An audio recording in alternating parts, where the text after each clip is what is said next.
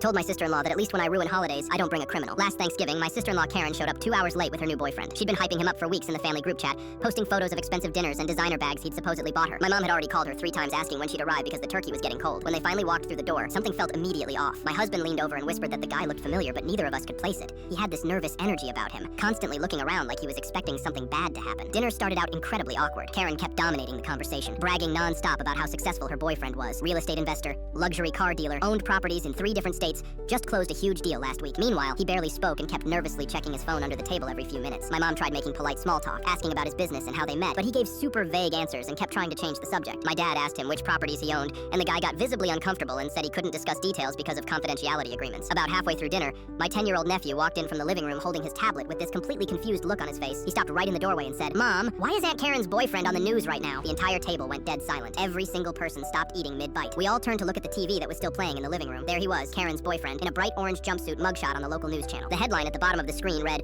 "Bail Jumper Wanted for Multi-State Check Fraud Scheme." The reporter was explaining how he'd been arrested 3 months ago for systematically defrauding small businesses and elderly victims out of over $200,000. He'd posted bail 2 weeks ago and had disappeared. Authorities were actively searching for him. Karen's face went completely ghost white. She looked like she was about to pass out. She started stuttering and stammering, trying desperately to defend him, saying it had to be some kind of mistake, that he was framed, that his crazy ex-wife was trying to ruin his life and set him up. But her boyfriend was already pushing his chair back from the table, mumbling something incoherent about needing to make an important phone call. He grabbed his jacket and walked straight to the front door without looking back at anyone. We all heard his car engine start, and then the sound of him peeling out of the driveway at top speed. Karen just sat there in complete shock for what felt like forever, staring at her plate. Then she tried playing it off like it was no big deal, like we were all overreacting. My dad, staying calm, asked her directly if she knew anything about this situation. She admitted she'd actually seen the mugshot before on his phone, but claimed he told her it was just a big misunderstanding with a former business partner who was jealous of his success. My mom asked why she didn't think to maybe Google him, or do any research or ask more detailed questions before bringing a wanted criminal to a family Thanksgiving dinner. That's when my husband, who'd been biting his tongue and staying quiet all night, finally spoke up. "Karen, you've managed to ruin every single holiday for the past 5 years with your constant drama. The time you got drunk at Christmas and threw mashed potatoes at Dad's face, the time you started that massive screaming match with Mom over politics at Easter, the time you brought that other guy to Thanksgiving who ended up stealing Grandma's jewelry from her bedroom. But this? Bringing an actual fugitive wanted by the police? You really outdid yourself this time." Karen's face turned bright red with pure anger. She stood up abruptly, grabbed her expensive purse, and turned to face me specifically. For some reason, she decided I was the target. At least I'm not pathetically boring like you people.